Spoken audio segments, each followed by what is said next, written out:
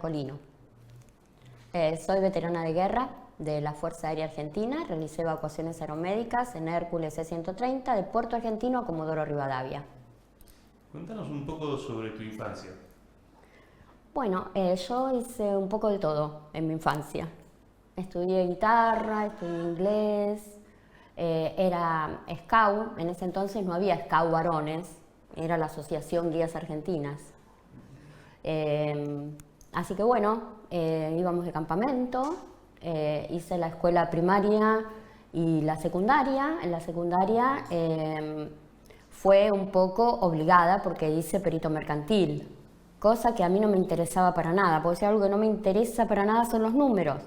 Pero mis padres decían, y no, porque si después no estudias nada, perito mercantil te sirve más para entrar a trabajar. Y yo no tenía ninguna intención de entrar a trabajar en ningún lugar que requiera ser administrativa o secretaria, pero bueno, cumplí el mandato familiar, me recibí de perito mercantil con diploma de honor encima, y después, mientras que estaba en la Asociación Guías Argentinas, cuando pasaba, yo entré a los 7 años.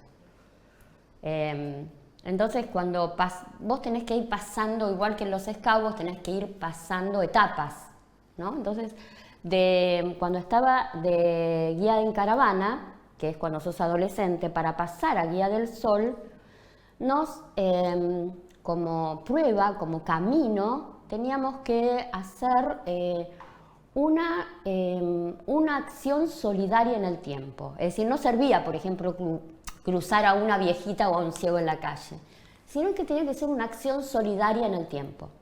Entonces yo, como vivía cerca del Hospital Durán, me fui a anotar como voluntaria al Hospital Durán. Esto tenía 15 años en ese momento. Bueno, la obligación como voluntaria es ir 2 horas por semana.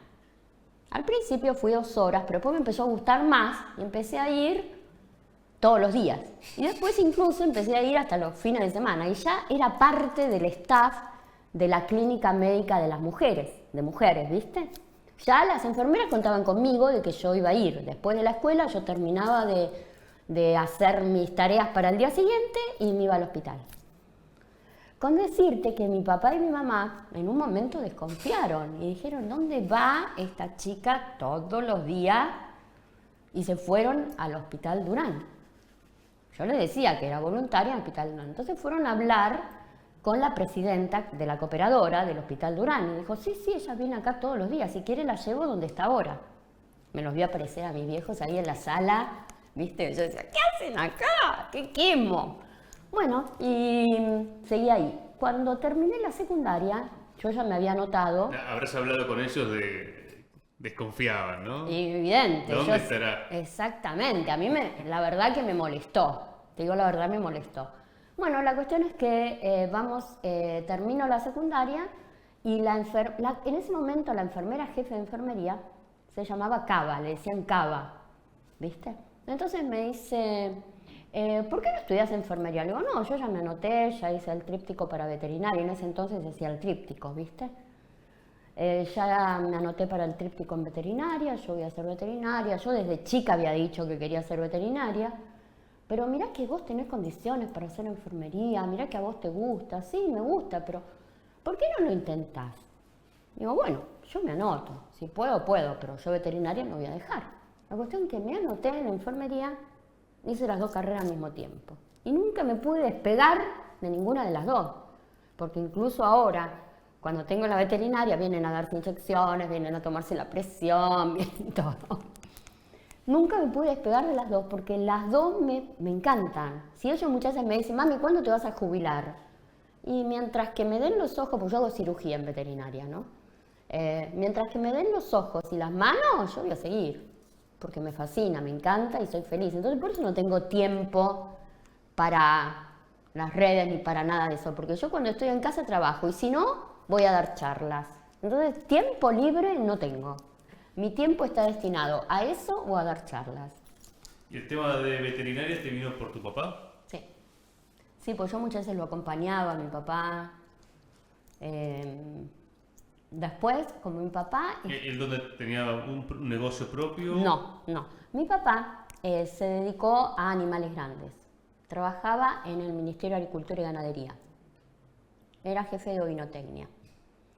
Entonces, bueno, al principio, cuando yo era más chica, sí él hacía consultas a domicilio, ¿entendés? Pero nunca tuvo veterinaria, porque él siempre o trabajó en el Ministerio de Agricultura y Ganadería o daba clases en la Facultad de La Plata o en la Facultad de Buenos Aires. Entonces no tenía un lugar, él hacía, viste, así de alguien que le pedía una consulta a domicilio, pero no es que tenía tiempo para quedarse en una veterinaria. Bueno, la cuestión es que incluso yo fui por el INTA, estuve 6 meses en Bariloche, en la estancia El Cóndor, trabajando con ovinos, y después estuve en la estancia El Cóndor, porque era del mismo dueño, en Río Gallegos. Bueno, la cuestión es que yo me quería dedicar a ovinos. El problema es que fue fracaso total porque no me pagaban nada. Porque lamentablemente, como me decía el gerente de las 2 estancias, me decía, a nosotros no nos conviene tener un veterinario. Es decir, a nosotros nada más que nos usaban en la época de esquila, porque el INTA exigía que hubiera un profesional para certificar la calidad de las lanas, porque se exportaban. Bueno, entonces dije, no, esto no es lo mío, yo no me voy a dedicar acá a la lana, no es lo mío, no me interesa certificar la calidad de las lanas, la verdad que no me gustó, así que me volví a Buenos Aires. Y ahí empecé a hacer oficialmente, ya ahí puse mi veterinaria en ese momento, porque hasta ese momento hacía guardias en otras veterinarias. Ahí recién puse mi veterinaria, porque dije no. ¿Qué edad tenías? Cuando puse la veterinaria, y tendría 29 más o menos, 30. Bueno, posterior a la guerra. Sí, pues mientras que estuve en la guerra, mientras que estuve en Fuerza Aérea, yo trabajaba de 8 a 16 en el Hospital Aeronáutico, era enfermera jefe de terapia intensiva.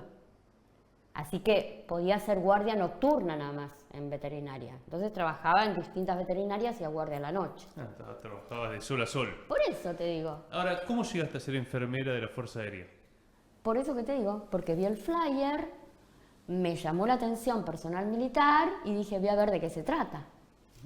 ¿Qué edad tenías cuando viste ese flyer, ese volante? Y tenía 23, porque yo justo me recibí de veterinaria a los 23. ¿Y qué había pasado antes? Que me lo contaste fuera de micrófono, pero contámelo ahora. Que no Porque me... vos querías ser guardaparque. Guardaparque, yo quería hacer. En ese momento no había guardafauna, ¿viste? Estoy hablando del año 80, hay que ponerse, porque yo siempre digo, la gente cree que uno está hablando de ahora. El año 80 fue hace mucho tiempo. Y en esa época la sociedad era totalmente diferente, el contexto social era totalmente distinto. Bueno, a mí se me ocurrió que quería ser guardaparque. Entonces voy, golpeo la puerta, la escuela de guardaparques, me abren y me dicen, no, quería anotarme. No, acá no se aceptan mujeres. ¿Por qué no se aceptan mujeres? No, esto es nada más que para varones. Y yo estaba re enojada. Entonces agarré, volví a mi casa en el 132, viste, mascullando toda esa energía negativa que me habían transmitido, y veo un flyer de Fuerza Aérea que decía que incorporaba personal militar femenino, profesionales de enfermería. Y yo dije, ¿militar femenino? ¿De qué se trata? Porque es algo que no entraba en la cabeza de nadie, que hubiera un militar femenino. Hay que tener en cuenta eso, ¿no? Que en esa época no había mujeres en ninguna fuerza armada ni de seguridad, no existían las mujeres. Las únicas mujeres que habían entrado en ese año fueron la Policía Aeronáutica, que era la PAN. Ahí habían entrado las primeras mujeres, pero no eran personal militar. Y estaban nada más que en el aeropuerto de Ezeiza. En el único lugar donde había PAN era en el aeropuerto de Ezeiza. Bueno, entonces fui y me anoté. Hice los trámites, hice primero los exámenes psicofísicos, viste, en el INMAE, después examen de conocimientos. Te toman 3 exámenes. Y tenés que ir pasando las distintas mesas, y bueno, ingresé. Ahí fuimos a la escuela, ahí no fuimos a la escuela de suboficiales, porque ¿cómo íbamos a estar junto con los varones? ¿A quién se le ocurre? Entonces fuimos al Hotel Internacional de Ezeiza, que seguramente ustedes ni por las tapas lo conocen, que era un hotel muy grande y muy hermoso que estaba al lado del aeropuerto. Entonces nosotros estábamos ahí y hacíamos la instrucción militar en las piletas de Ezeiza, que estaban ahí cerca. Pero nosotros a la escuela de suboficiales no fuimos nunca. Cuando ingresamos, nosotros egresamos como cabo principal, que es el tercer grado de suboficial. Viene cabo, cabo primero, cabo principal. Cosa que fue injusta de entrada, porque cuando vos tenés primario y secundario y universitario, terciario, tenés que entrar como oficial en las Fuerzas Armadas. Pero como éramos las primeras, no sabía cómo iba a reaccionar los machos, digamos, cómo iban a reaccionar cuando entrara una mujer, nos pusieron como suboficiales. De todas maneras, vos fíjate que lo hicieron pensando mucho la situación, porque no nos pusieron en una base, nos mandaron ¿a dónde? A los hospitales, cosa que los hombres estaban acostumbrados a ver mujeres, porque las enfermeras eran civiles, pero eran mujeres. Entonces para ellos no fue tanto el choque, ¿entendés? Entonces nos mandaron a un grupo al Hospital Aeronáutico Central, al otro al Hospital Aeronáutico Córdoba y a una al Geriátrico de Ezeiza. Y así fue como empezamos. ¿Cuántas eran? 16. 16. ¿Y eso en qué año estamos hablando? En 80. En el 80. ¿Y qué pasa después, digamos? ¿Cómo llegas vos a participar de Malvinas? Bueno, yo entonces estaba como enfermera jefe de terapia, ¿no? Trasplante renal y quemados en el Hospital Aeronáutico. Sí. Me dice, el 2 de abril, imagínate, yo había estado en el hospital el día anterior hasta las 5 de la tarde. Nadie sabía nada. Yo me enteré porque a la mañana mi papá me despierta a las 6:30 de la mañana y me dice, Lili, ¿sabés que tomamos las Malvinas? Yo dije, papá, ¿qué estás diciendo? ¿Qué me estás hablando? Porque nadie hablaba de tomar las Malvinas, ¿viste? Voy corriendo al hospital, no te imaginás lo que era el hospital, era la ebullición total, porque nadie lo sabía. Bueno, mi jefe de terapia, me dice el capitán Müller, me dice, Liliana, necesito que prepare los botiquines de emergencia médica que van en los vuelos. Así que empecé a hacer los pedidos. Estamos hablando del año 82, no había mail, no había internet, no había nada. Todo se hacía a mano y había que ir llevándolo de una oficina a otra. Y después que pasaba la dirección de abastecimiento del hospital, iba a la Dirección General de Sanidad y después ahí lo tenía que autorizar, así que todo eso llevaba un tiempo, no es como ahora que todo es inmediato, ¿no? Bueno, el primer grupo de enfermeras militares fue el 10 de abril a ayudar a armar el Hospital Rubicable en Comodoro Rivadavia. Yo fui en el segundo grupo, yo fui el 28 de abril, es decir, el primer grupo volvió el 28 de abril, el 28 de abril fue el segundo grupo, siempre íbamos 5. Es decir, el primer grupo estuvo entre el 10 y el 28 de abril. El Hospital Rubicable en un primer momento estaba destinado a ir a Puerto Argentino, antes de que viajara en el Hércules, porque viaja, viste, se compacta todo, el hospital tiene 11 módulos. Es grandísimo, es de alta complejidad, tiene terapia intensiva, quirófano, laboratorio, rayos, internación general, de todo tiene. Entonces, cocina, una planta potabilizadora y de energía eléctrica. Entonces viaja desarmado, todo compactado en Hércules. Tenía que ir a Puerto Argentino. Los ingenieros de Vialidad Nacional que estaban en Puerto Argentino avisaron que no lo manden, porque era muy pesado para la tundra y para la turba y se iba a hundir. Entonces por eso quedó en Comodoro Rivadavia. Bueno, lo armaron ahí en Comodoro y el 28 ellas vuelven, nosotros llegamos y por eso, ¿cómo llegué a Malvinas es la cuestión? Porque todas estábamos destinadas a Comodoro. Las mujeres no estábamos dentro de las tripulaciones de vuelo. A pesar de que nosotros desde el 80 al 82 teníamos guardias de vuelo una vez por mes, es decir, había una emergencia sanitaria, yo fui a Costa Rica, fui a Brasil, fui a un montón de lados con emergencia sanitaria, no nos incluyeron en las tripulaciones de vuelo de Malvinas. Yo supongo que por esto del machismo, ¿viste? ¿Qué sé yo? No sé. Cuando hablas de emergencia sanitaria, estamos hablando de un avión con... Sanitario, de terapia intensiva. ¿Ahí qué tripulación iba? ¿Iba El médico, la enfermera, no, médico, enfermera, no, cirujano no. Médico, enfermera, los aviones de emergencia, ¿viste acá Sí. cuando hacíamos las guardias de vuelo? Sí. Médico, terapista, enfermera y piloto y copiloto y la tripulación del avión. El avión dependía, si era dentro del país, se hacía en Merlin. Si era fuera del país, se hacía en Fokker, que se armaba especialmente como avión de terapia intensiva. Generalmente era el Fokker presidencial que se usaba. Bueno, la cuestión es que no estábamos incluidos en las tripulaciones de vuelo. Cuando fue el desembarco inglés, entre el 21 y 22 de mayo, el hospital de Puerto Argentino dio el alerta de que estaban sobresaturados de pacientes, que necesitaban hacer evacuación masiva porque había habido muchos pacientes. Entonces, el capitán Smith, que era el que tenía asignado ese vuelo a la noche, me dice: Liliana, ¿vos no te animarías a acompañarnos? Porque vos armaste los ven, vos sabés bien dónde están las cosas, tenemos que trasladar muchos pacientes. Y yo era la única enfermera de terapia, porque cada enfermera militar tenía un destino diferente. Es decir, conmigo no había nadie en terapia de las militares, eran todas civiles, ¿entendés? Éramos poquitas militares. Bueno, entonces le digo, sí, yo no tengo problema, pero tiene que ser voluntario. Sí, está bien, no hay problema. Entonces, por eso me incluyeron en la tripulación de vuelo. Y por eso soy la única. Ese es el único motivo por el que pasó eso. ¿Y entonces vos llegás a Malvinas cuándo? El 22 a la madrugada. 22 de mayo. Uh-huh. ¿Qué pasó? Nosotros empezó mal ese vuelo. Casi no se hacía, porque cuando estábamos en Comodoro, ya habíamos subido. En ese vuelo se llevaron containers con todo lo que pedía lo que pedía el hospital de Puerto Argentino.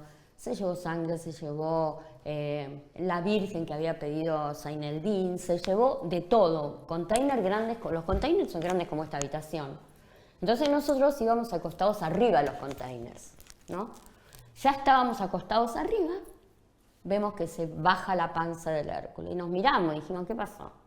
Bajen rápido que hay alerta roja. Vayan corriendo al refugio.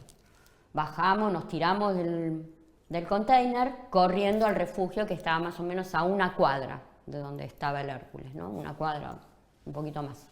No te sé decir exactamente porque estábamos todos oscuras. Ya en Malvinas. No, en Comodoro todavía. En Comodoro. Comodoro todavía. Antes de salir. Antes de salir, ya estaba, el Hércules había subido la panza, la volvió a bajar. ¿Qué pasó? Yo no te puedo decir cuánto porque estaba todo oscuras, imagínate que ahí no había una luz.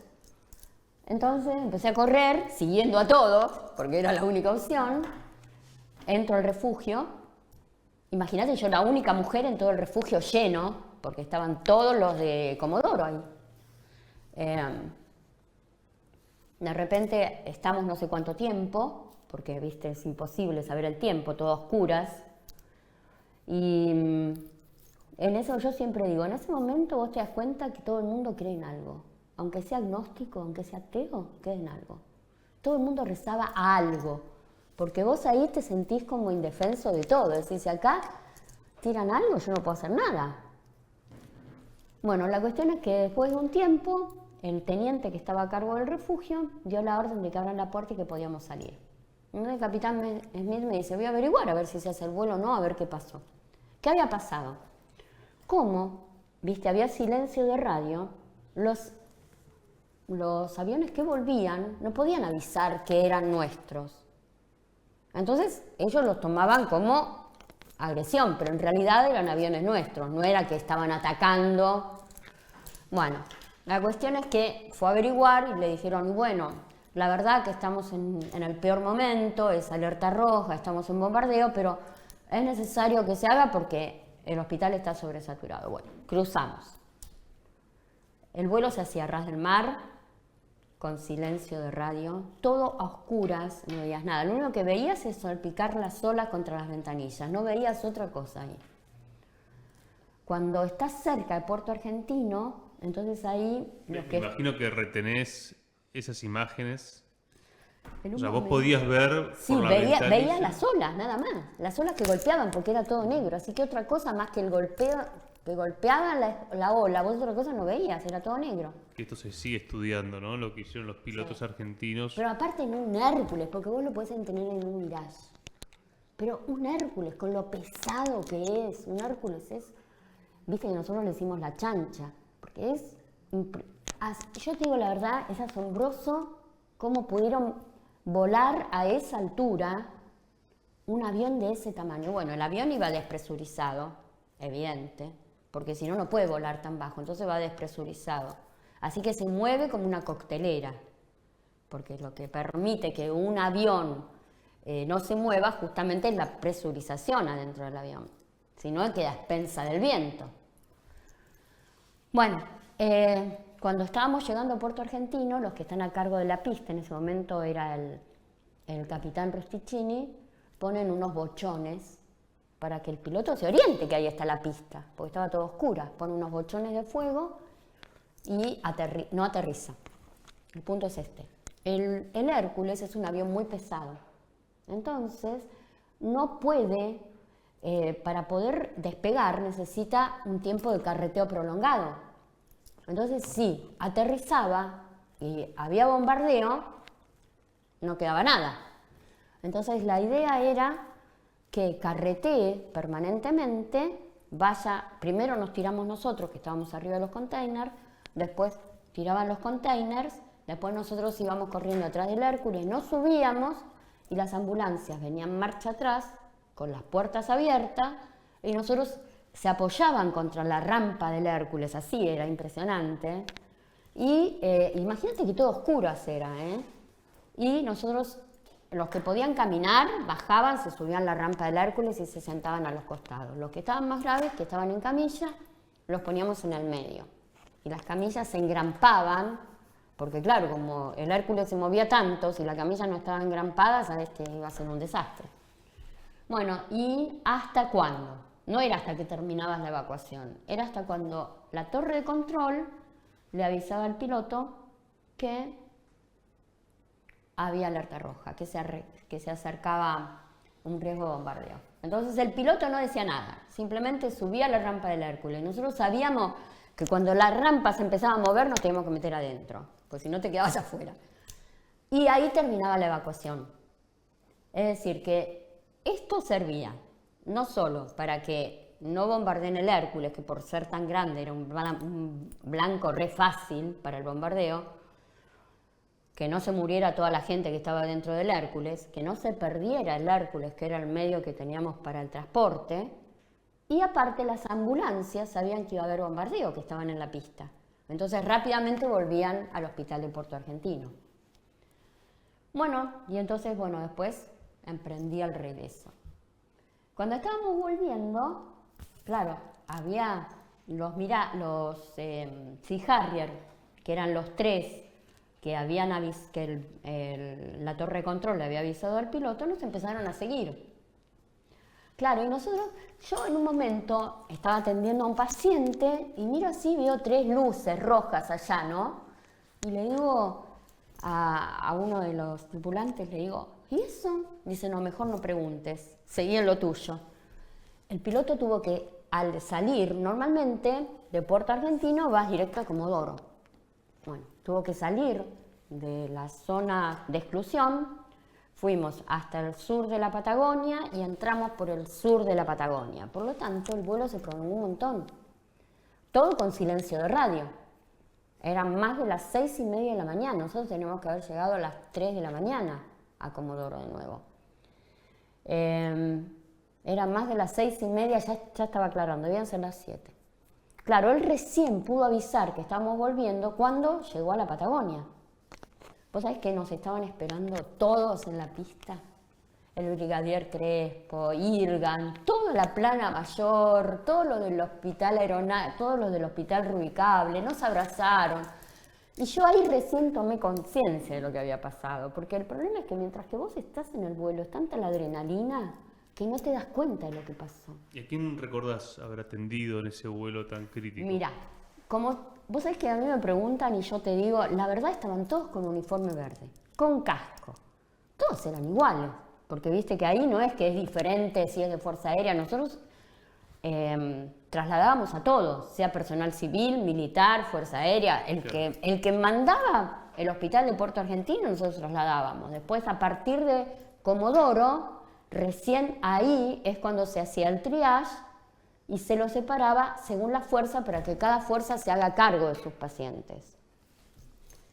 Bueno, yo del que más me acuerdo es de uno que tenía una bota inflable, y que viste la bota inflable, vos ves cómo está la fractura abajo, que era una calamidad. Tenía una esquirla, viste, de todo. Entonces, claro, yo después que lo engrampé, terminé de atender a los demás y él estaba muy dolorido. Le dimos morfina, pero estaba muy dolorido por el ajetreo del avión, a pesar de que estaba engrampado. Entonces yo agarré y me senté en una esquina para hacerle peso y que no se pudiera mover tanto. Tanto peso no, pero algo es algo. Ese es el único que yo me acuerdo, pero por la bota inflable, no por la cara de él. ¿Entendés? Porque vos tenés en cuenta que nosotros evacuamos pacientes, muchos, muy poco tiempo. No se quedaban con nosotros. Cuando hablamos de muchos, ¿de cuántos? Y yo en ese evacuamos 30. Bueno, la cuestión es que el 1 de abril de este año, no, del año pasado, me hace un reportaje Telefe Noticias. Y Guillermo Paniza, que fue a mi casa a hacérmelo. Y me pregunta, y yo le dije, mira, yo del único que me acuerdo es de esa bota inflable. Es la verdad, no me acuerdo de ninguna otra porque eran todos iguales. No podía diferenciarlo, más a oscuras. Vos imaginate que nosotros usábamos una linterna, no había luces adentro. Usábamos linterna en la boca para atenderlos. Bueno, la cuestión es que 2 días después me llaman por teléfono. Y me dice, María Liliana Colino, sí. Ah, mi nombre es Miguel Adario. Ah, bueno, yo soy el de la bota inflable. Dice, hace 42 años que la estoy buscando y nunca la pude ubicar. Claro, yo no como estoy en ningún lado, en ninguna red social, nada. Dice, y cuando yo llegué a Campo de Mayo, yo le decía, no, porque a mí me atendió una mujer en el avión. Estos me decían, vos estabas delirando por la morfina, no había mujeres en la guerra. Y él decía, no, yo estoy seguro que era una mujer. Entonces me dice, llamé a la producción de Telefe, les expliqué que yo era el de la bota inflable, que quería comunicarme porque era para mí importante poder relacionarme. Y a partir de ahí ya quedamos amigos, evidente. Con decirte que yo él era de la comisión directiva de Vélez Sarsfield. Hicieron un acto en Vélez Sarsfield y yo justo ese día, el 10 de junio, ese día me caí de la escalera y me fracturé la cadera. Y yo no podía fallar, entonces fui igual, con un dolor que no te imaginás lo que era, porque encima tiene una fractura ilioisquiopubiana, que no se puede hacer nada, no se puede enyesar, no se puede operar, no se puede nada, tenés que hacer reposo sin mover para nada la pierna, ni siquiera para el costado, ¿viste? Bueno, fue igual. Te digo, tenía un dolor que no podía más. Bueno, la cuestión es que él me trajo a mi casa en UPA. Me bajó del auto en UPA, me entregó a mi hijo en UPA y me dijo, vos me trajiste en Malvinas, yo te traigo a tu casa. Qué fuerte, ¿no? ¿No? ¿No es cierto que sí? No es una cosa que te digo que te moviliza todo te moviliza. No, pero aparte la imagen de salir de Malvinas con 30 heridos, con linterna, asistirlos, inolvidable, ¿no? En el momento no te das cuenta, es tanta la adrenalina que vos no tomás dimensión. Ahora, después todo quedó en el olvido, porque fue totalmente olvidado. Yo volví a Buenos Aires el 2 de junio, porque el 5 de junio tenía que entrar a la Escuela de Aviación Militar, porque ahí se dieron cuenta que por tener universitario terciario teníamos que ser oficiales. Ahí se dieron cuenta. Entonces, a 6 de nosotras nos mandaron a la Escuela de Aviación Militar a hacer el curso de promoción a alférez, que es el primer grado de oficial. Así que el 14 de junio, ¿dónde estaba yo? En Córdoba. Cuando se hace la formación de la mañana, el jefe de turno nos dice: tengo para darles una mala noticia. Y nosotros nos miramos porque siempre la mala noticia en la escuela de aviación, ¿cuál es? Como en todos los institutos militares. Uno, se va, viste que te van descartando de a uno. Entonces nos miramos y dijimos: ¿a quién le toca irse? Y se firmó el cese de fuego en Malvinas. Y ahí nos quedamos helados.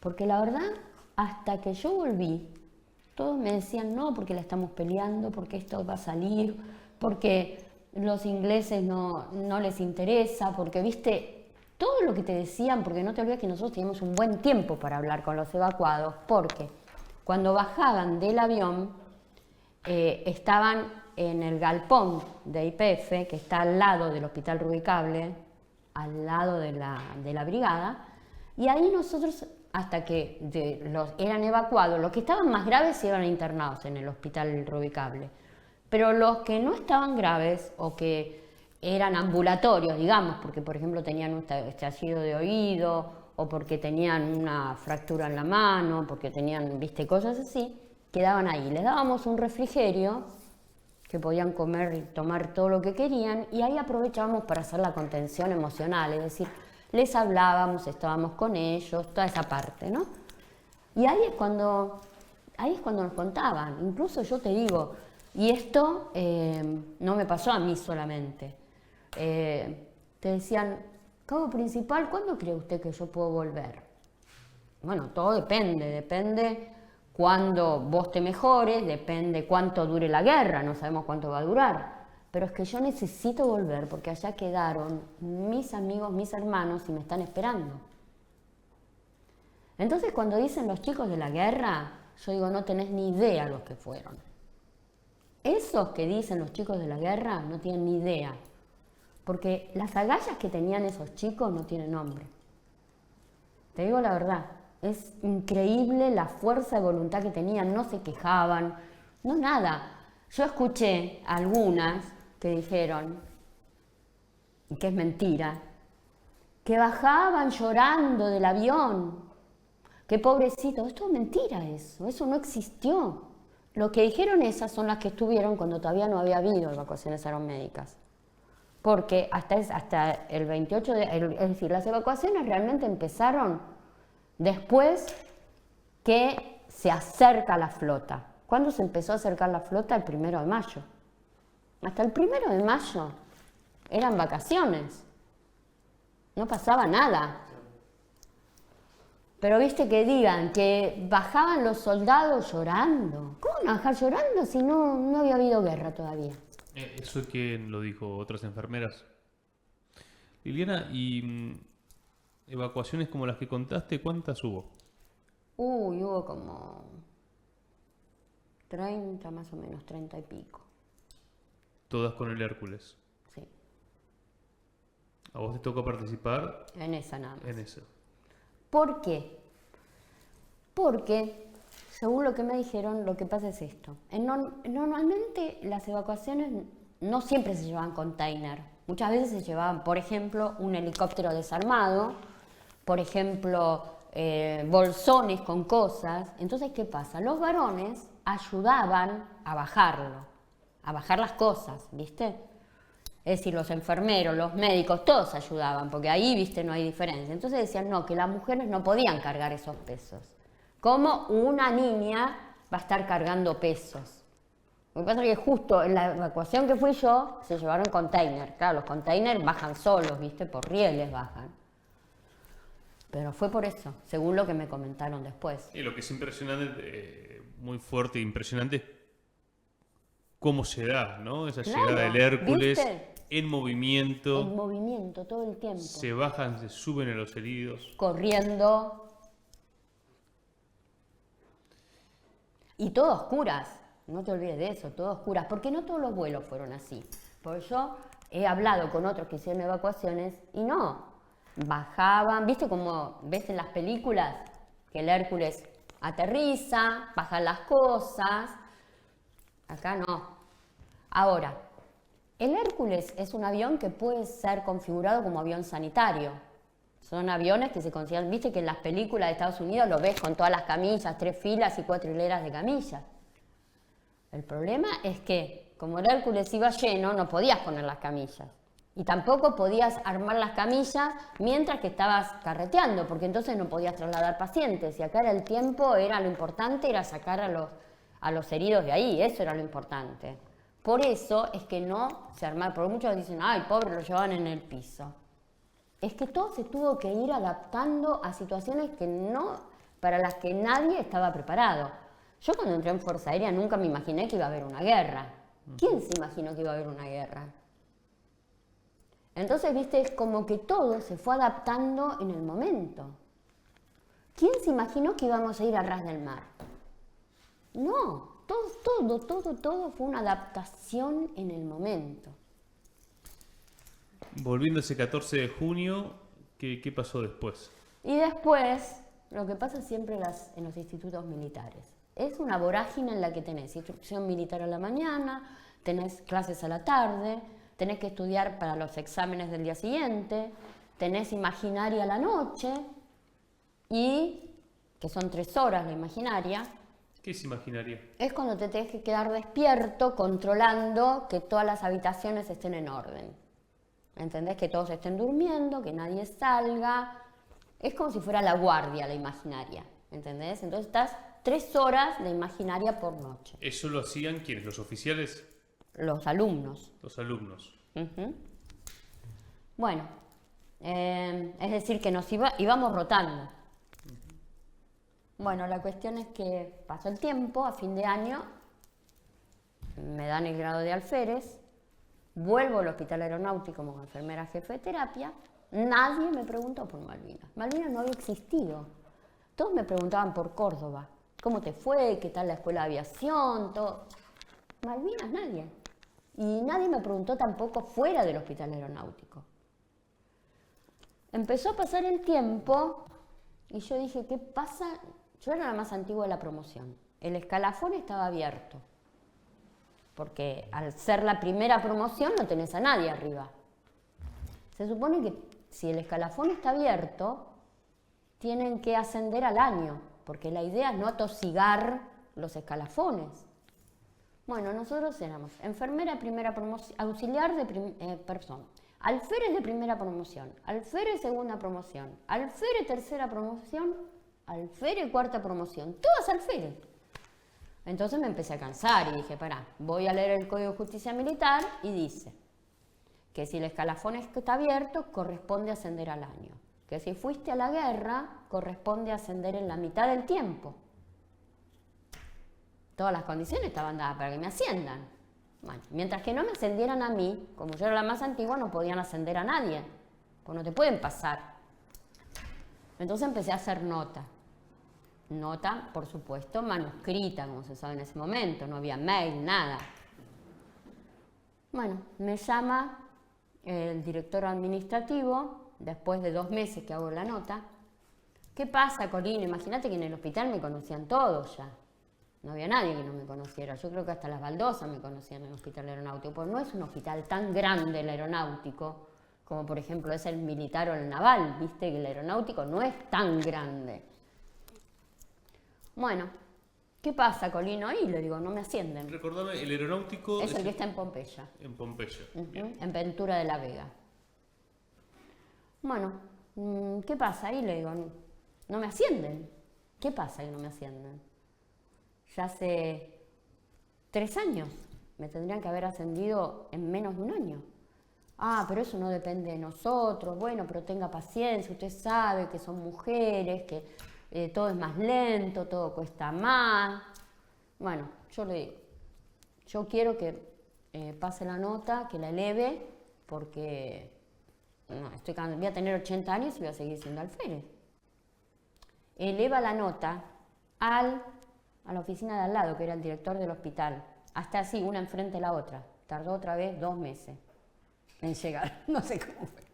Me llama el director del hospital. Colino, ¿qué pasa? Están diciendo que usted se quiere... Y me quiero ir porque no me ascienden. Y pero eso no depende de nosotros. Usted sabe que eso no lo decide el hospital aeronáutico. Bueno, eleve la nota a quien lo decida. Después de 3 meses me llama el director general de Sanidad. Otra vez lo mismo. Colino, ¿qué pasa? Que había estado conmigo en Comodoro también. Otra vez lo mismo, no depende de nosotros, qué sé yo, bueno. Bueno, entonces eleve la nota, yo me voy. Pero piénselo, tenga un poquito de paciencia, esto ya va a salir, usted sabe que tarda. Ya tuve bastante paciencia, ya van a ser 4 años de paciencia, le digo. Bueno, eleva la nota, me llama Crespo, que en ese momento era jefe de Estado Mayor, que también había estado conmigo en Comodoro. Colino, ya está haciendo lío, ¿será posible? ¿Por qué tiene que rebelarse? ¿Viste? Yo, no es que me rebelo, es que ¿hasta cuándo voy a esperar? Me dice, no, lo que pasa, viste, yo no era muy ortodoxa como militar, te habrás dado cuenta, ¿no? Entonces me dice, es que esto no depende de la Fuerza Aérea, esto lo tiene que decidir el Congreso, los pliegos están en el Congreso y el Congreso no los saca. Bueno, entonces me voy de baja, le dije. Y después de 6 meses me llega la baja. Ahora, después me vengo a enterar que en realidad los pliegos no tienen por qué estar en el Congreso, porque en el Congreso están los pliegos de los oficiales superiores. ¿Cómo va a ser de un alférez? Lo que pasa es que ellos no se animaban a dar los ascensos. Ese fue el problema. Y ahí, porque en realidad esto que te pasó a vos, le pasó a muchos A muchos, sí, a muchos combatientes, varones, ¿no? sí, muchísimo. Que en la posguerra, por ejemplo, Sí. algunos suboficiales Sí, sí, se terminan yendo. sí, Muchos contaban que se sentían discriminados, es verdad. que había una situación contra los que habían estado en Malvinas, que considerándolo con el tiempo, quizá hay algunos que se sorprenden. Pero ¿cómo puede ser esto? Es verdad. Lo que pasa es que yo no lo sentí tanto en Vos ese tenías sentido. una doble discriminación Exactamente. Yo más lo sentí por el hecho de ser de mujer. ser mujer. Pero sí percibí que a los veteranos nos ignoraban. Porque ya te digo, nadie hablaba, nadie decía qué pasó en la guerra, cómo te fue, qué hiciste, nada, nunca nadie me preguntó nada. Ahora, vos eras la primera camada, es decir que La primera promoción. como vos no podías, no estabas ascendiendo, no ascendían Exacto. las otras mujeres. Claro. ¿Qué pasó cuando vos te fuiste? Al año siguiente empezaron a ascender. ¿Por qué? Porque al irme yo, entonces las demás también se podían ir yendo. Porque viste que en fuerza, a ver, en la parte militar, viste que ahora es diferente. Pero en esa época es como que vos no podés pasarte de un superior, digamos. Entonces ellos se dieron cuenta de que o ascendían o se iban todas. Porque se fueron bastantes, no fui yo la única, ¿eh? Se fueron 4 alférez. No fuiste la Aparte. única, pero fuiste la primera. No fui la primera. Se fueron otras 2, se fueron antes que yo. Aparte, los ascensos también tienen que ver con una retribución salarial. Hay un montón de pero cuestiones, ¿no? No es tanto eso, porque no es tanta la diferencia. Es el hecho de decir esto es injusto. Claro. ¿Hasta cuándo voy a ser alférez? Pero para explicarle a alguien que no conoce lo militar, ¿qué significa el ascenso? Aparte de un reconocimiento. Fundamentalmente es el reconocimiento. Es decir, es lo mismo que si vos sos médico y te pasan a jefe de servicio o jefe de residentes o lo que sea. Es decir, es un reconocimiento y aparte, por supuesto, te pagan un poco más. Pero Bien. en general no es tanta la diferencia, no es por la parte económica, ¿entendés? Fundamentalmente es porque te corresponde. Cuando vos te vas, año, En el 86. ¿y qué haces?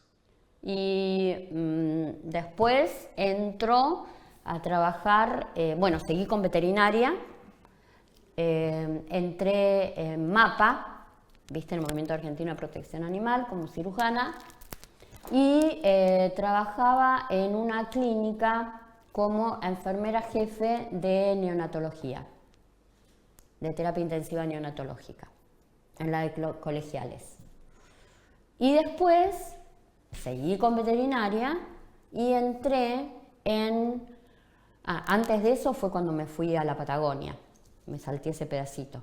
Claro, que contaste antes. Exacto. Después cuando volví... que no quería ser seleccionadora de lana. No, la verdad que no era mi intención, era como que mi team pasaba por otro lado. Bueno, y la cuestión es que después vamos a se abre empieza la Fundación Favaloro, me voy a anotar y ingreso en la Fundación Favaloro cuando la estaban organizando, es decir, antes de que se inaugurara. Y ya me quedé ahí hasta el año 2000, que fue cuando se suicida Favaloro y dan retiro voluntario. Y yo justo ahí me tenía los 3 hijos chicos de 2 años, 3 y 5, y no tenía opción, porque eran muy chicos y vos no lo podías dejar con alguien. En la Fundación Favaloro se trabajaba 12 horas, 2 días seguidos. Entonces vos imagínate, el día que trabajás y después al otro día no existís, y al otro día tampoco. Entonces era mucho tiempo, y ahí fue cuando pedí el retiro voluntario, y ahí nada más que me empecé a dedicar a mi consultorio.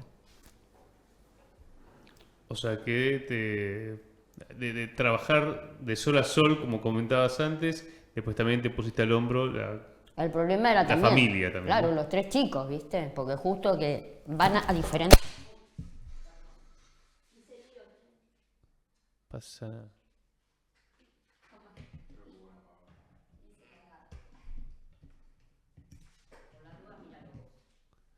Ponerlo siempre en el bolsillo, ¿no, Juli?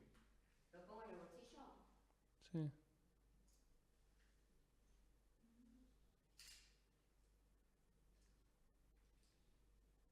La tecnología no es lo mío. No pasa. Todavía sí. ¿Cuántos seguís en el bolsillo? O adelante, lo que quieras. Ahí te para enganchar. Ah, tiene para enganchar. Tienen... Acá, ya lo vi. Correcto. Ahora sí.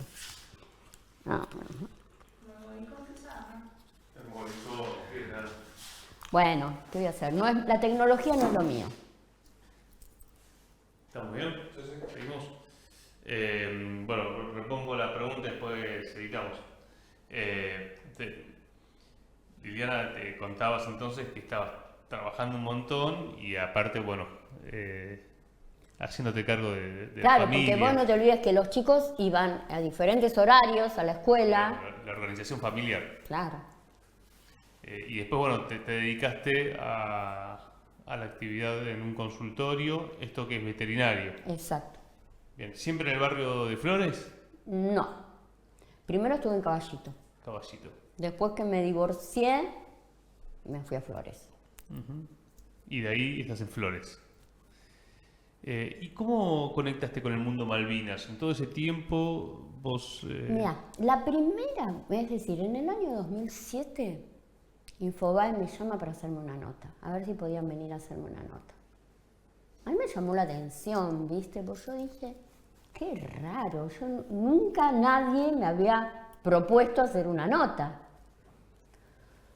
Bueno, vienen, re bien la nota, muy respetuosos, se tomaron su tiempo, vinieron a la veterinaria. Pues en ese entonces yo tenía los chicos, no podía, tampoco no disponía de mucho tiempo, porque iban a la escuela, iban a natación, iban a inglés, ¿viste? Entonces no tenía tanto tiempo, mi tiempo era el que estaba en el consultorio. Bueno, re bien. Después de esa, me llama la revista 23, no sé si te acordás, Sí. También me hicieron una nota. Y ahí fue cuando empecé a conectarme con el grupo, con toda la parte Malvinas. Hasta ese momento yo, como me había ido de Fuerza Aérea, no tenía ninguna conexión con nadie. Con decirte que cuando entregaron en el año 92 la medalla del Congreso, no me avisaron, porque claro, viste que en esa época no había redes, digamos. Entonces no me avisaron, y me avisaron recién 3 años después. Me mandaron una carta para que vaya a retirar las cosas en Avenida de Mayo, no sé cuánto, no me acuerdo el número, en el 2.º piso, y me entregaron el diploma y la medalla del Congreso. Porque yo el día que entregaron en el Congreso, yo ni me había enterado. Bueno, después vino C5N. Me hizo también una nota en mi casa. Y después ahí, a partir de ahí, empezaron a hacerme notas. En el 2012, el Ministerio de Defensa emite un decreto por el que dice quiénes son veteranas de guerra. Nos citan en el edificio Libertador, nos entregan un diploma y a partir de ahí fue cuando fue la ebullición. El tema de las enfermeras de Malvinas, ¿no? Cuando en realidad la única enfermera soy yo, porque todas las demás ninguna es enfermera. Porque 6 son instrumentadoras que estaban en el Almirante Irizar, en el buque. 6 son de la Marina Mercante, que son o comisario de a bordo, que yo también te puedo poner en contacto con ellas, porque estoy en contacto con todas ellas, comisario de a bordo, radiooperadoras. Las radiooperadoras estaban de a 2, porque una era pilotina y la otra era radiooperadora. Entonces, claro, ellas, como yo siempre digo, todo el mundo dice, vos vas a las escuelas, a las universidades, qué sé yo, y te dicen, sí, pero nadie las vio. Los veteranos al principio no nos aceptaban. Los veteranos varones al principio no nos aceptaban. ¿Por qué? Porque no nos habían visto. Y yo siempre digo, no es culpa de que no nos vieron, es culpa que éramos muy pocas y estamos en lugares muy específicos. ¿Quiénes te vieron?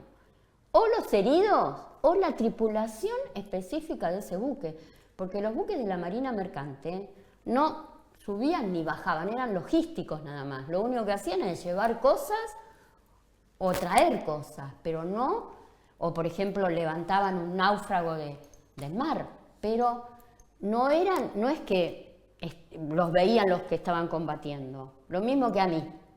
Muchos me dicen, sí, por ejemplo, Casanseu me negó hasta este año que me entregaron el diploma en el Senado, porque él dice, no hubo, bueno, si hubieras estado a las 2 de la mañana en la pista de Puerto Argentino, me hubieras visto. En la pista no había nadie, nada más que los heridos, ¿entendés? Entonces hay que reconocer que por eso, al principio, nosotros fuimos reconocidas desde el primer momento. Las que estuvimos fuimos reconocidas desde el primer momento. Bueno, contaste el Congreso de la Nación, la medalla. Bueno, Fuerza Aérea, el 1 de mayo de 1983, me condecoró en el helipuerto del edificio Cóndor junto con los varones que habían ido. Yo era la única mujer, junto con los varones me condecoró. No es que no fuimos reconocidas, el problema es que no fuimos visualizadas porque éramos muy pocas en lugares en los que no había muchos varones para vernos. Claro. ¿Qué es para vos Malvinas? Una asignatura pendiente. Absolutamente. Si a mí me dijeran que se recuperan las Malvinas, soy la primera en ir. No por guerra, no estoy de acuerdo con la guerra, no entiendo la guerra. Todos en la escuela, ¿viste? Cuando vas a las escuelas te dicen, ¿y vos disparaste?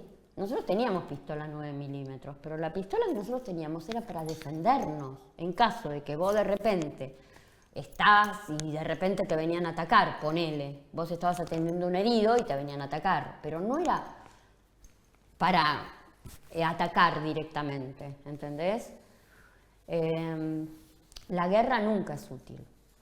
Lo que pasa es que a veces, yo muchas veces le digo a los chicos, ¿viste? Vos salís de tu casa, viene un ocupa, te ocupa la casa.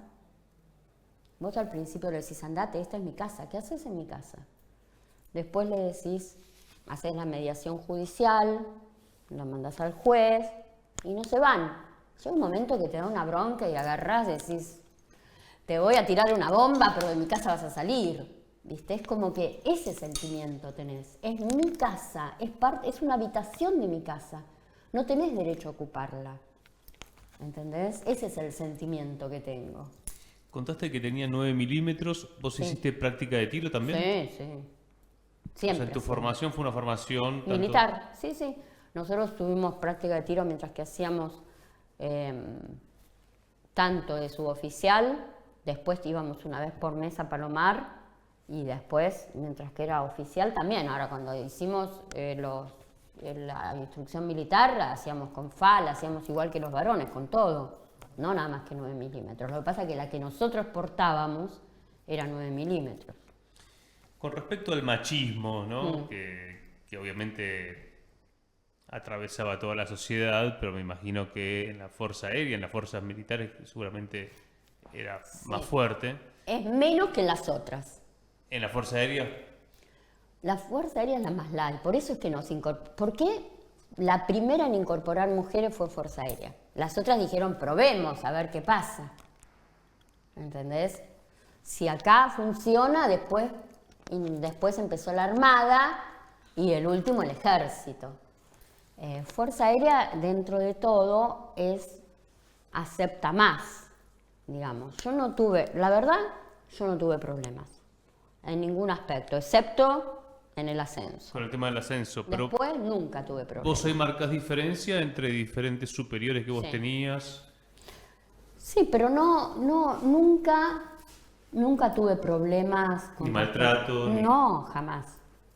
Siempre mucho respeto. Muchísimo respeto, incluso en el sentido de aceptar mis opiniones, ¿no? Es decir, de plantear cosas y yo decir, bueno, tal cosa, y sí, aceptaban la opinión. Nunca tuve problemas. Y vos contaste que en 2007 te hacen la primera entrevista y que después, 2012, cuando te reconocen ya de otro modo, desde el Estado Claro, Nacional... porque como estaba medio...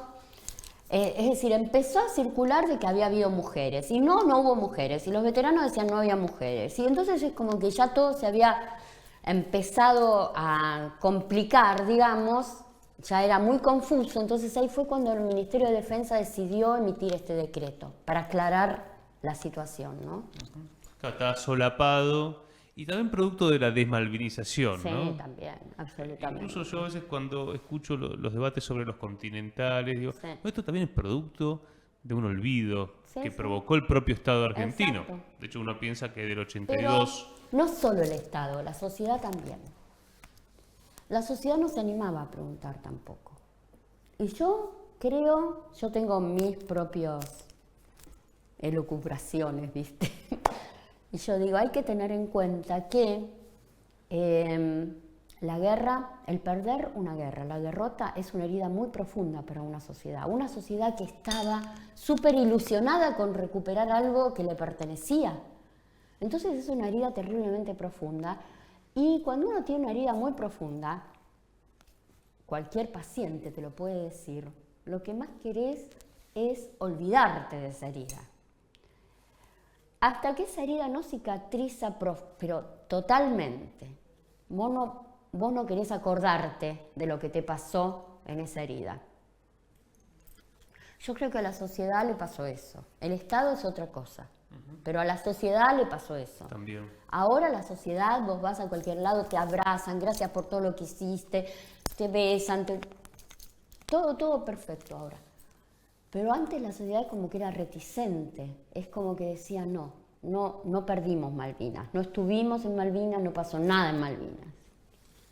Pese a eso, cuando uno analiza todos estos más de 40 años, Malvinas estuvo siempre presente en la identidad popular, en los barrios, en los homenajes, Pero en no las al canchas de principio, fútbol. En las no canchas al de... principio, No.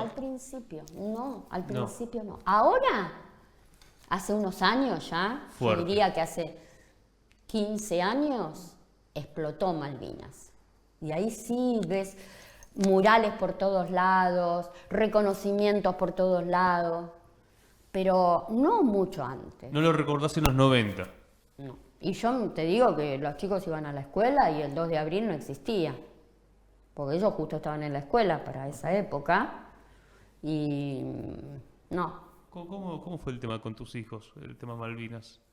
Mira, ¿Lo charlabas? sí, yo a ellos siempre les conté todo, porque yo tengo todos los diplomas colgados, yo siempre les dije lo que hice, Es lo que un pasó en orgullo. Malvinas y sobre todo las mentiras que se decían sobre Malvinas.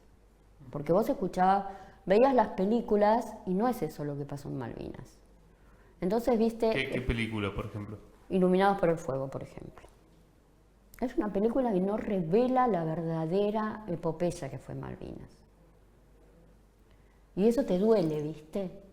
Porque parece que todos son unos cobardes, que ir a Malvinas no significa nada, que las Malvinas no son nada para nosotros. Y en realidad las Malvinas son el futuro para nosotros, ¿o no? La mayor riqueza del país está ahí.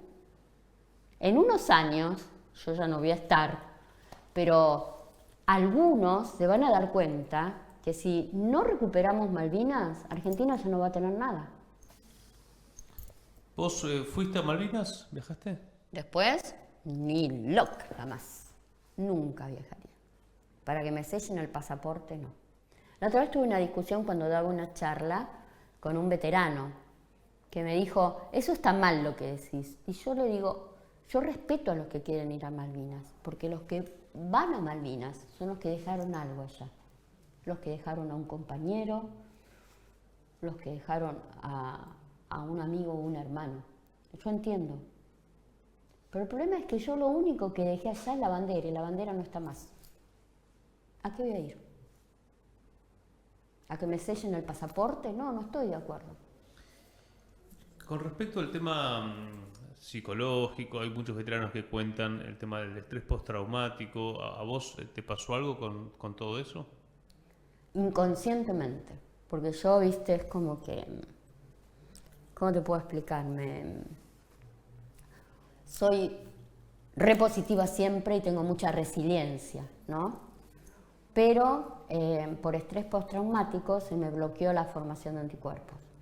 Yo ahora tengo una inmunodeficiencia, que se llama inmunodeficiencia común variable. Yo no formo anticuerpos, yo me tengo que dar inmunoglobulinas porque después de la guerra, empecé a hacer sinusitis, después otitis, después síndrome sinuso bronquial, hasta que llegué a hacer 5 neumonías en un año. Llegué a pesar 38 kilos porque no podía comer, me la pasaba. Terminaba el tratamiento de la neumonía, del antibiótico, y a los 15 días otra vez tenía neumonía. ¿Eso a qué edad te pasó? Y me pasó entre el 80 y pico, el 84 y el 2000.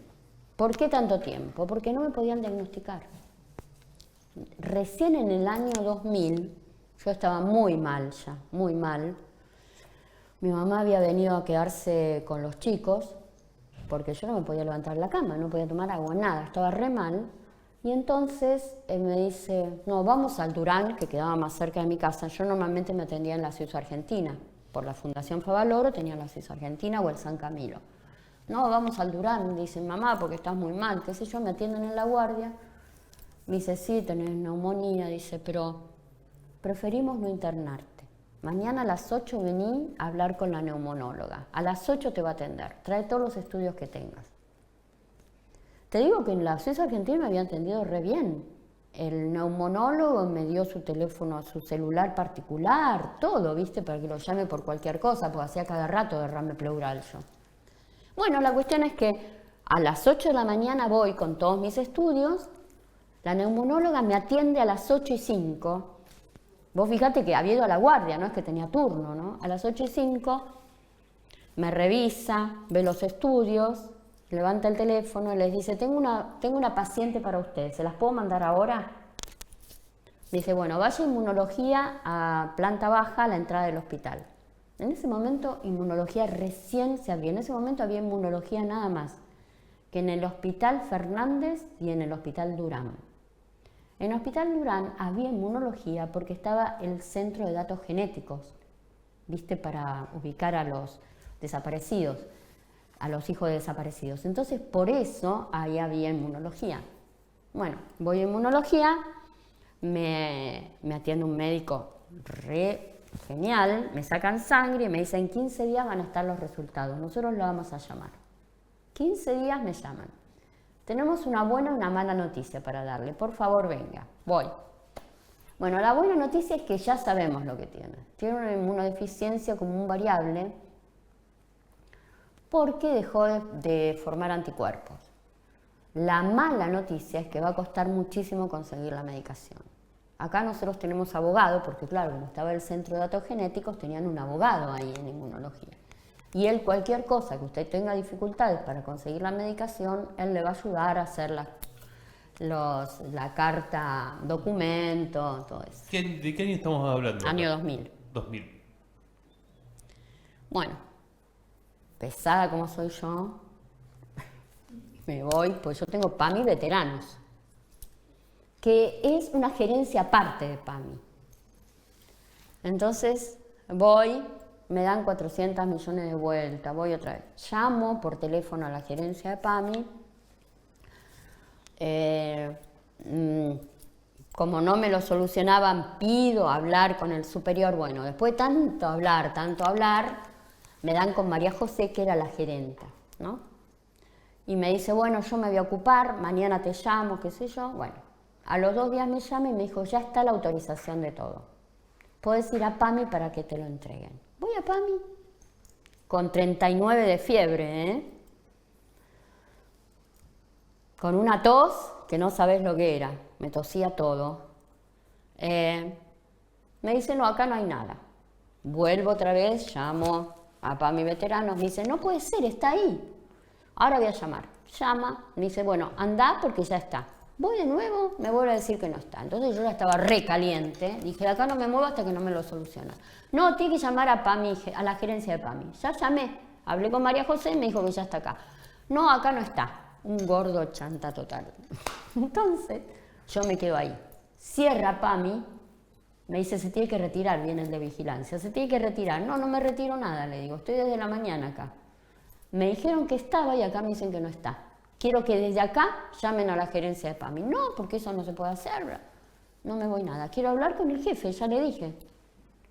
Me decían que la jefa estaba de reunión, la jefa médica, qué sé yo, estaba de reunión. Bueno, al final, como yo empecé a hacer lío y dije, voy a empezar a llamar a los canales de televisión, viene la jefa médica. Me dice, ¿qué es lo que pasa, señora? Mira, hace 6 meses que estoy dando vuelta para que me entreguen esta medicación y de esto depende mi vida. Estoy con neumonía todo el tiempo. Usted ve ahora cómo estoy con 39 de fiebre, cada rato venían y me daban un vasito de agua, ¿viste? Por la tos. Digo, no arreglo nada con el agua y voy a seguir tosiendo. Bueno, la cuestión es que dice, pero PAMI dijo que ya estaba así. Hablé con María José. Entonces le dice al gordo este, el empleado este, dice, ¿te fijaste a ver si están las cosas? No, no están, le dice. Bueno, comunícame con la gerencia de PAMI. Llama con María José y dice, sí. Hace 1 mes que llegó la autorización, le dice. Le dice otra vez a este buen hombre. Por favor, fíjate que dice hace 1 mes que llegó. Hace 1 mes había llegado. Me dice, señora, le pido 1000 disculpas. Realmente yo no sabía esto. Realmente no sé cómo disculparme. Yo mañana le voy a hacer llegar la medicación a su casa. Y al otro día me llegó la medicación a mi casa. Qué pelea, ¿eh? ¿Por qué todo eso? ¿Qué conclusión sacaste? Bueno, la medicación de por sí es cara, porque en ese momento se importaba de Suiza. La medicación es cara y creo que hay una parte administrativa, porque ya PAMI me lo había autorizado. Hay una parte administrativa que no es muy fluida, evidentemente. Ahora no estoy teniendo en general problema, porque me la tienen que seguir entregando, es de por vida la medicación. A no ser que haya algo mágico que haga que mis anticuerpos vuelvan a fluir, por ahora no tengo. Y desde aquel año 2000 en adelante, siempre sí. Cobertura total. Sí, hubo durante la pandemia, en el cambio de gobierno, hubo como 6 meses que no me entregaron. Ahí hubo una desinteligencia total que no se puede entender. ¿En qué cambio de gobierno? Cuando fue este cambio de gobierno, de Alberto Fernández a Milei. A Milei. Cuando o sea, estaba... que los primeros 6 meses de Milei no te dieron medicación. No. Los últimos meses de Fernández. Cuando vino Milei ya me dieron. ¿Por qué? Porque aparentemente PAMI no había aceptado Icentra, que era el laboratorio que me entregaba, sí. Pero no habían avisado a nadie. Entonces, bueno, yo ya no sabía qué hacer, hablé con Marcelo Vejero, que está a cargo de la gerencia de PAMI Veteranos, hablé con Medio Planeta y voy a la médica inmunóloga, me va a hacer porque me dice, bueno, vamos a cambiarte de inmunoglobulina. Y ahí descubre que lo que pasa es que no habían firmado convenio con Icentra, entonces por eso no me la entregaban. Y como no avisaban, porque yo iba a PAMI y me decían, no, ya está autorizado, te lo van a entregar. Iba la semana siguiente, ya está autorizado, te lo van a entregar. Hacía reclamo hecho por mes, 4 reclamos. Y según PAMI me lo tenían que entregar. Ellos no sabían, teóricamente, de que no había convenio con el laboratorio. ¿Y no tomar esa medicación te puede complicar? Y sí, porque tengo que vivir con barbijo y... Claro, no te puedes enfermar para nada. Me enfermo, sí. Enseguida hago neumonía, porque mi problema, la inmunodeficiencia, 2 cosas tiene el problema. Uno, que se focaliza. Por ejemplo, yo tengo mi foco respiratorio. Si yo te muestro ahí, tengo la tomografía, vos decís cómo está parada y respirando esta mujer, porque justo tengo que ahora hacer la renovación en PAMI, tengo que presentar todos los papeles, la tomografía, no tengo pulmón prácticamente, porque te va dejando secuelas la neumonía, ¿viste? Zonas fibróticas te va dejando en el pulmón. Pero aparte, te predispone a los tumores. Entonces tengo 4 hemangiomas en el hígado, un cistoadenoma en el páncreas y un angiolipoma en el riñón. Y de esto que estamos hablando es lo que cada veterano que viene, que cuenta. Claro, cada es el uno tema, ¿no? lo manda por algún lado, cada Porque uno tiene su la punto cuestión de la débil. salud Claro. es hoy, porque bueno, quizás hace 20 años estaba el tema del trabajo, para muchos era el tema económico, Es verdad. pero hoy se remarca la cuestión salud y siempre planteando que no es lo mismo estar en Buenos Aires que no estar. Totalmente, totalmente. Aparte, vos ten en cuenta que los veteranos están muriendo muy jóvenes. Yo todos los días tengo informe de veterano, se mueren 60, 65, ¿viste? Están muriendo muy jóvenes los veteranos. ¿Qué opinas de la cuestión de la soberanía hoy? ¿Cómo ves? Porque, bueno, seguramente a tu modo habrás visto, ¿no?, en la posguerra lo que fue pasando, porque, bueno, quedó en términos diplomáticos la discusión. Gracias a Dios. ¿Qué pasa ahora? ¿Cómo ves el tema de la política argentina como Estado respecto a las Malvinas?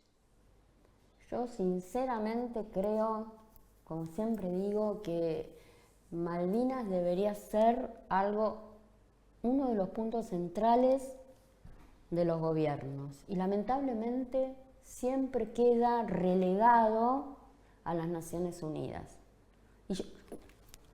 Hay que tratar de que el resto, lamentablemente no contamos con mucho apoyo en el resto de América del Sur y tendríamos que lograr el apoyo de América del Sur para eso. Y vos fijate que el único que nos apoya realmente, que nos apoyó durante la guerra fue Perú. El resto, si nos podían hundir, nos hundían. Y yo creo que una de las cosas que hay que trabajar un poco también es esa. Porque necesitamos el apoyo del resto de los países para recuperarlas. Evidentemente solos no podemos. Claro, y después está lo que hace el gobierno argentino, concretamente. Exacto, bueno, pero eso es lo que tiene que hacer el gobierno argentino también. Tiene que esforzarse para lograr que el resto de los países entiendan la importancia... Ay, otra vez se me va a caer. La importancia de esto. ¿No es cierto? Me parece a mí. Que no basta con las Naciones Unidas. No es suficiente eso. ¿Sos optimista? Sí, por naturaleza soy optimista. Siempre digo que en algún momento va a pasar. ¿Cuántas colonias perdió ya Inglaterra? ¿Cuántas? Un montón. Bueno, en algún momento la va a perder. La ventaja que tenemos es que por lo menos ahora la va a dejar mejor que antes las Malvinas. Vamos a ver lo positivo. ¿Viste lo que son ahora las Malvinas, no? Aumentaron es decir, allá pueden ingresar buques de gran calado al puerto que antes no podían. Por ejemplo, en la época de Malvinas los buques no podían llegar al puerto. Tenían que ir los yegüín, las barquitas. La población está muchísimo mejor. Vos fíjate que ahora hay muchas más nacionalidades en Malvinas. No son nada más que los Kelper ahora. La cuestión es que hay que tratar de que todas esas nacionalidades traten de empujar para el lado de Argentina. Y mientras que Argentina no demuestre que tiene una solvencia, no lo va a lograr. Y lamentablemente hasta ahora no demostró mucha solvencia, en ningún momento. Tenés vínculo con organizaciones de veteranos, ¿no? Sí. ¿Laburás con quiénes? Yo estoy en un centro de veteranos de Buenos Aires, de la capital, y después me relaciono con todos, es decir, con todos los que me llaman, yo estoy ahí siempre. ¿Y cómo los ves a los compañeros? Muchísimos más organizados que acá en la ciudad de Buenos Aires no hay nada. En la ciudad de Buenos Aires Malvinas no existe prácticamente, si no es por esta gente, por ejemplo en el centro de veteranos donde yo estoy, que es un grupo que estamos en un centro de jubilados, ahí nos reunimos. ¿Dónde es eso? En Padilla al 600, ¿cómo se llama? Almagro creo, ¿no? Sí. Me parece. Bueno, recién el año pasado se formó. En Buenos Aires no le dan importancia a Malvinas. En la ciudad de Buenos Aires, vos vas a cualquier lugar, yo voy por toda la provincia, voy a otras provincias y Malvinas está en todos lados. Acá el gobierno de la ciudad no le da importancia a Malvinas. Yo te digo, hace 3 años nos citó Larreta a Silvia Barrera, que era instrumentadora, a mí y a Marta Jiménez, que era marina mercante. Nos recibió 5 minutos, 5 minutos. Nos recibió ahí en Parque Patricios y nos dijo, ¡ay, qué interesante! Yo no sabía que había habido mujeres en Malvinas. Y se fue. Vos decime qué hace el gobierno de la ciudad por Malvinas. ¿Qué acto hace? Nada. Nada. Porque lo que se hace en el cenotafio no es el gobierno de la ciudad, es el gobierno nacional. Y lo único que se hace es eso, el cenotafio y después la catedral, nada más. Claro. Aparte hay todo un problema que sea solamente el 2 de abril y que no haya una política No, para nada. más integral. Pero ¿no? para nada, yo te digo, mirá la diferencia. Yo voy a las escuelas privadas o públicas, la que me llaman voy. En las escuelas privadas me dicen tal fecha, organizan, vos no sabés qué bien organizado todo, en los salones de acto, todos los alumnos, tienen preparadas preguntas, les hicieron leer, perfecto. Las escuelas públicas, me llama la maestra o el maestro para tal fecha. Pues me llama y me dice, ay, ¿sabes que no me autorizaron? Vamos a tener que atrasarlo, no sé, y no se los autoriza el gobierno de la ciudad, porque viste que ellos necesitan, no es como en las escuelas públicas que pueden decidir. El gobierno de la ciudad Las escuelas privadas que pueden decidir, sino que en las escuelas públicas ves más burocracia. Totalmente. ¿Sabes las veces que me tuvieron que suspender porque el gobierno no autorizó? Sí, o la Porque supervisión. el consejo, por eso, bueno, pero es el gobierno, ¿o Claro, no? sí. ¿Qué mensaje le dejarías a las nuevas generaciones, al pueblo argentino? Que lo más importante, que no se olviden que las Malvinas son el futuro del país. Malvinas es futuro. En Malvinas está la riqueza económica, está la riqueza geopolítica, es decir, de eso dependemos en el futuro, porque el canal de Panamá, vos sabés que ya mucho tiempo no tiene, viste que ya está ahí, en unos años ya, ¿por dónde se va a ir? Por el canal de Beagle. La Antártida es el mayor lugar de agua potable y no vamos a perder todo. Si perdemos Malvinas, perdemos la Antártida, perdemos el canal de Beagle, perdemos todo. La última que te hago tiene que ver con la enfermería, porque hay también toda una pelea por el reconocimiento profesional. Sí. Acá en la ciudad de Buenos Aires has estado vinculada con algunas enfermeras que están en esta pelea. ¿Te representa lo que viviste vos también? A ver, yo siempre digo, cada uno tiene su experiencia. No pretendas equiparar tu experiencia a la del otro. Vos no podés comparar el que estuvo en el continente con el que estuvo bajo fuego. No es justo. No podés ponerlo al mismo nivel. Claro. El que estuvo con comida todos los días, en lugar para dormir, caliente, sin riesgo prácticamente, con el que estuvo bajo fuego, cuando a veces no podía, porque hay que tener en cuenta que la gente dice, porque viste que dejaron todo en el hangar de Puerto Argentino y no lo repartían. Nosotros llevábamos todo lo que pedían y vos no sabés la cantidad de cosas que se armaban para llevar. El problema, ¿cuándo fue? Hasta que fue el desembarco inglés, los mismos soldados, los mismos oficiales y suboficiales te pueden decir que nunca les faltó comida.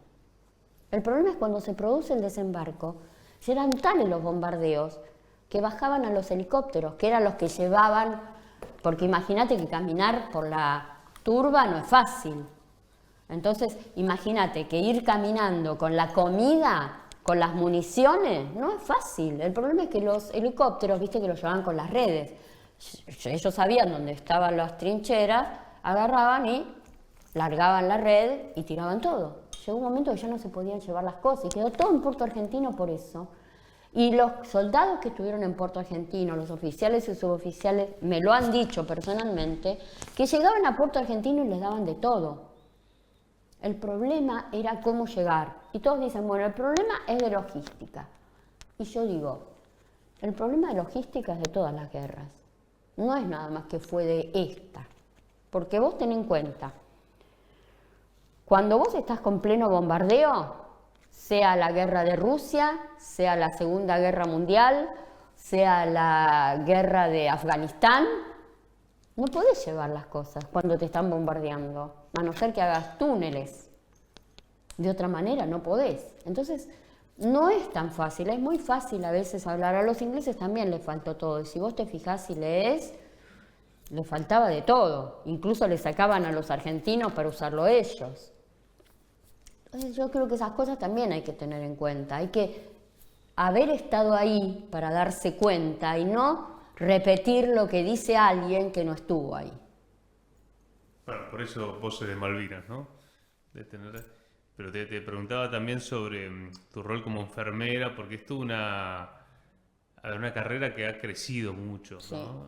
No sé si también te vinculás, pero el tema de la enfermería profesional es algo que también está en discusión.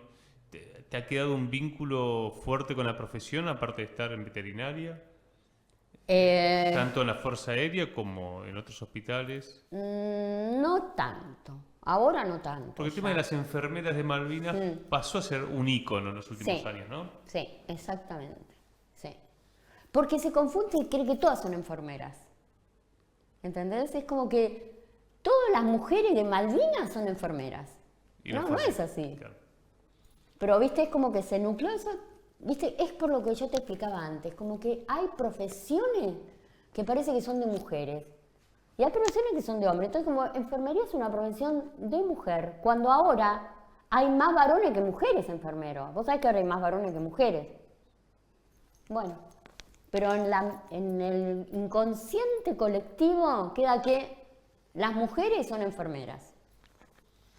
Gracias, Liliana. No, por favor, gracias a ustedes por ayudarnos a mantener vivo el espíritu de Malvinas, que para nosotros los veteranos es lo más importante.